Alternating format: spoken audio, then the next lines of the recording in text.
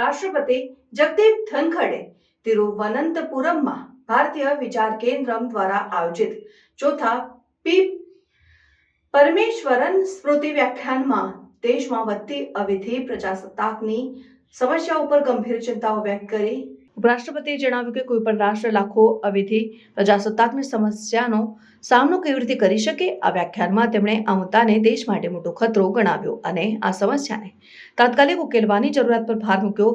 ધનખડે જણાવ્યું કે અવિધિ પ્રજાસત્તાકને સહન કરવું અયોગ્ય અને હિંસક છે.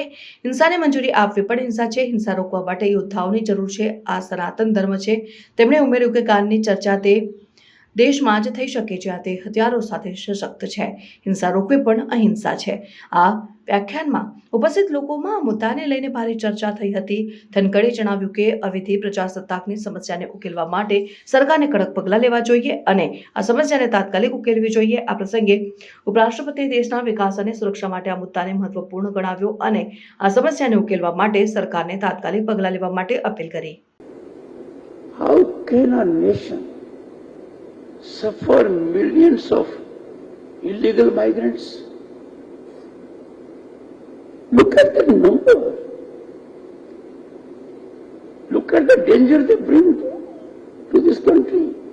These people come, make demand on our employment, on our health, on our education sectors, and then become a factor in electoral politics. It is very urgent. This has to be addressed. Every Bharatiya must be skilled to face this challenge. Unchecked flow